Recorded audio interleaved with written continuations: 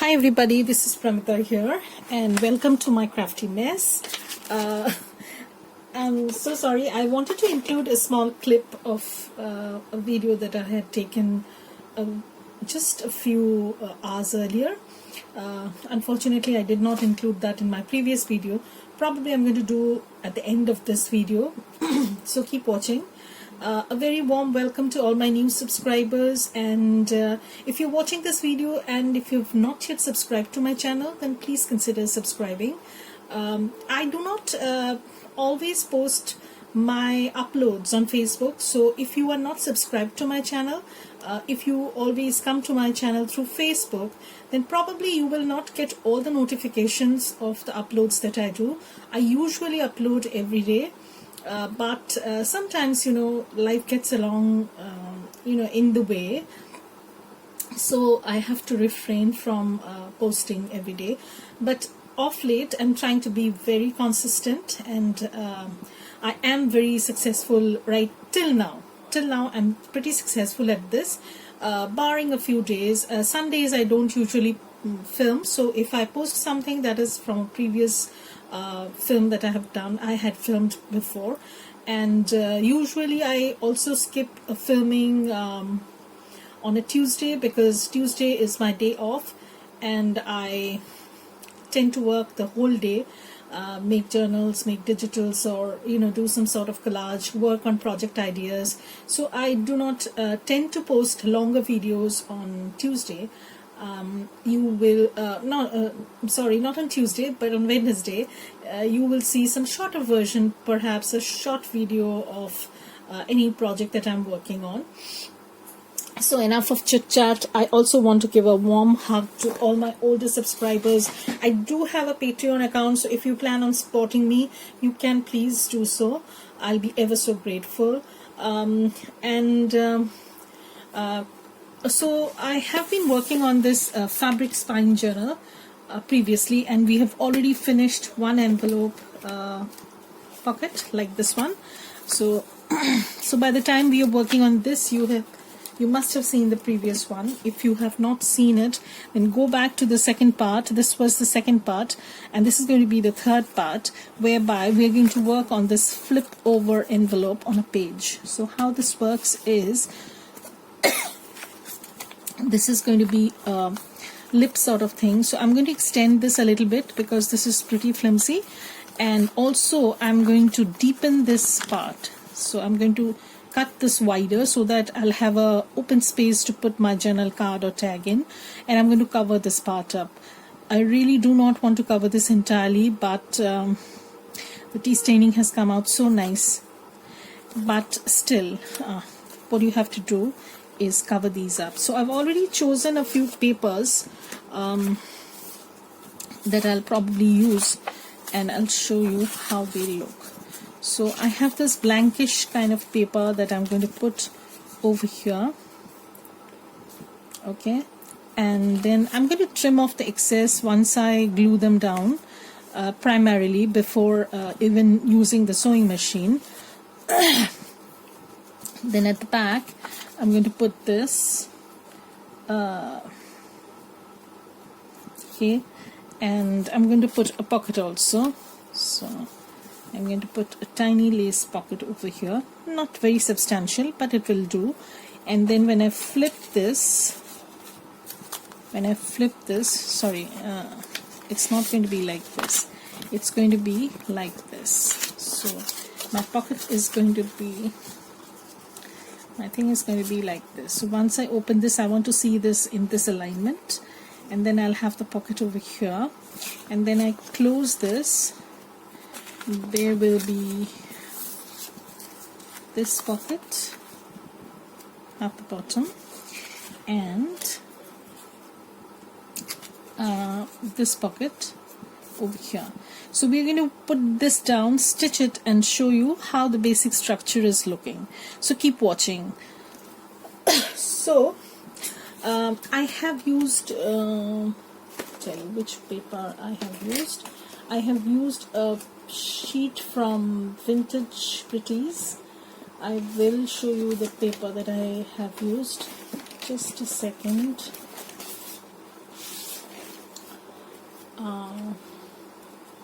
I'm going through because I printed them out in doubles and triples because I thought I will be using them. So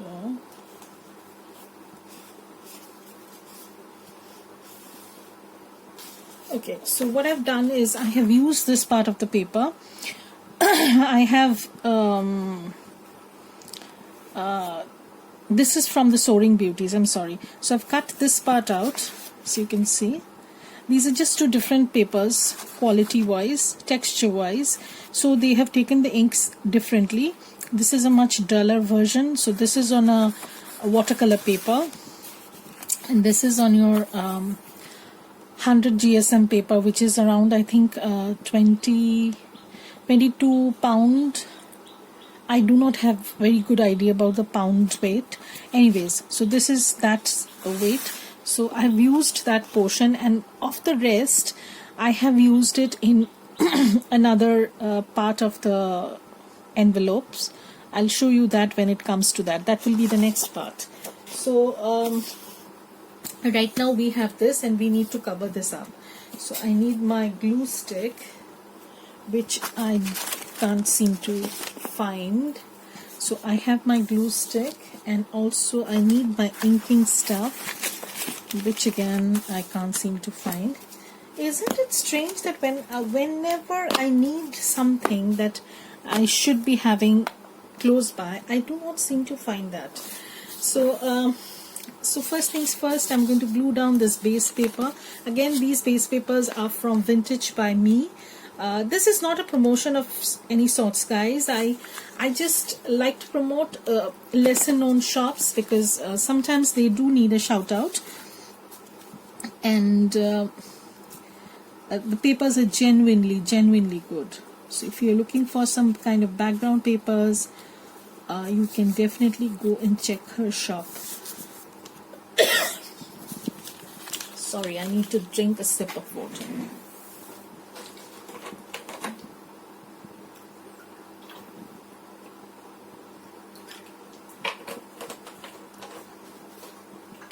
It's super hot and humid where I live, and summer is not at all pleasurable, let me tell you. It is so hot and it's so uncomfortable that I just wish, let summer go. I can't do it anymore. So I'm just going to ink this a little bit, but I will ink everything once I stitch and see how things are going. So I'm going to glue this. So each of the envelope has a different technique, and that is why each of them are different. So that is why what I've done is I have done separate episodes, you can say. So I have this part extra, and when I have something extra like this, I like to glue this up. That gives a finished kind of edge. Anyways, you won't be able to see this because this side is also going to be covered. So here is our front part, and I want to deepen this up a little bit. Now, how do I do that? Okay, so let me cover this part up. So this is going to cover this part, and so I'm going to place this on this side. Okay. I'm going to open this envelope up while stitching because that will give me a better area to stitch with. I'll show you how that I do that. I'm just going to slip, it's not slip. I'm just going to slit two sides so that it's like an open space and I can just stitch around it easily. So here it is. Let me move the camera a little bit. Okay, so I'm going to take off the extra bit. Okay, so I have this, and also I'm going to take off one of the sides so that I can make a deeper cut. So I'm going to take off one of the sides of the envelope so that it opens up. Okay, so now you'll be able to see what I mean. So I've opened this up, and don't worry about this middle part because it's going to be covered anyways. So I'm going to take this side off too. Why, I'll tell you. Now this becomes an open sheet. So now it will be easy for me to stitch around it and see where I want to place what.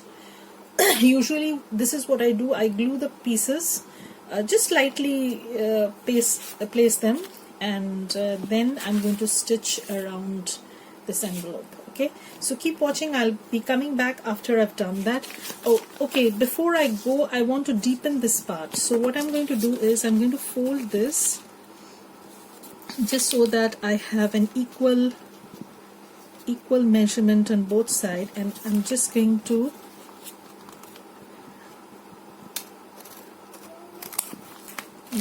snip this off, but then I need to cover this, so that's okay. I might cover that with something else, some cluster or something. So it's going to be like this. I'm going to come back and show you how it's looking after stitching. Hi everyone, so I'm back after I've sewed it down. Now I have done a little bit of cutting up of this. I'll tell you what. So this was the bottom portion that we had, okay, and I have just trimmed it down because I don't want to create any extra bulk in the pocket. So what I did was I just trimmed this into the portion I need, and then this is going to be folding up. So I'll show you how this works. So this is going to fold up, and I'm going to stitch this, and then you'll have a pocket over here, and this pocket will go only till here. I'm going to glue this part because if I stitch, you will be able to see it over here. I will not stitch that, I'll just glue it, and then I'm going to stitch around the whole thing. Okay, so, and also I want to put something on the inside and strengthen this flap sort of thing. So I can put some sort of scrap that I have and see how it goes, but it's not going to cover the entire part. This is not big enough. So let me see what I have. I usually use scraps for these things, and if I do not have scraps, then only I dig into a bigger piece of paper. Otherwise I do not like to do that. So I have these pieces cut down. I can put this in. I want to give this a little bit of contrast, like see, this is a color which is very close to this, and then this is something different, and then I'm going to put this paper so that you will have something interesting to look at. I'm sorry, you'll have something interesting to look at. Okay, so if this folds up, this is going to be folding like this. This folds down, you'll be able to see the inside. So that is why I'm using this paper. Okay, and I'm going to glue this generously. I'm going to use my PVA glue. I'm not going to scrimp on that because otherwise this might come off when we are opening and closing the pocket. So let me guesstimate how much I will need. So probably I'm going to need a little bit more. So this is what I need. So I'm just going to mark this. I'm just going to measure this out. So I'll have fair amount of paper. So I'm going to take off this bit. Okay, and then we will have enough to work on. So this is the paper I need, and I'm going to glue this down with some PVA glue. So there will be some extra paper, but that's okay, because if I do not need that, I can always take it off. Now what happened to the PVA glue? Oh, this is really frustrating. And let me tell you, I do not have much patience, even though I have to teach high school students. But patience is not one of my forte. So I have this glue, and I'm not going to use my fingers. I usually do not like to use my fingers on glue. because then I'll have glue all over my fingers and I will not be able to, you know, handle anything without creating a mess. So I have this paper, and I'll just check.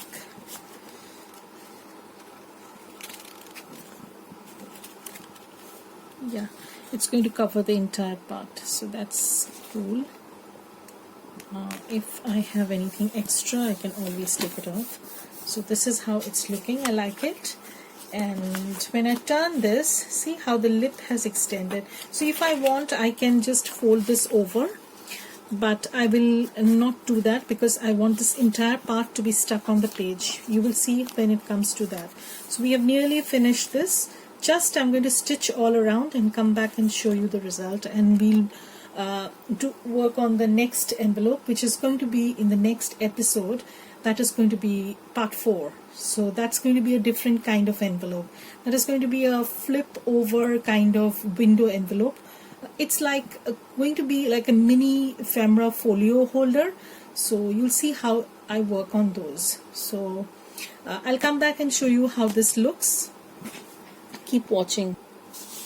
Hi, so I'm back, and this is how it's looking after I've sewn everything up. And I will show you how you can put it on a page. Okay, so here is the page, and here is the envelope. So this is going to be tucked in.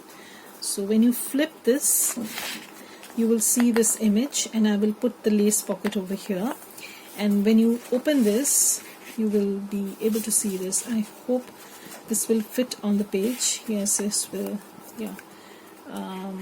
Provided I just angle it somehow. I have to figure this out. I think it's a little bit taller than I expected. Then in that case I will have to move it like this, but then also it is a little bit tall, so I don't want to cut this butterfly pocket off.